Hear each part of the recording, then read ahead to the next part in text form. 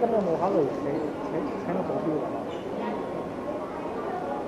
點解你會咁問啊？會唔會咧？即係啦出街都會有好多人跟蹤你，咁可能咁樣會幫到你嘅可能。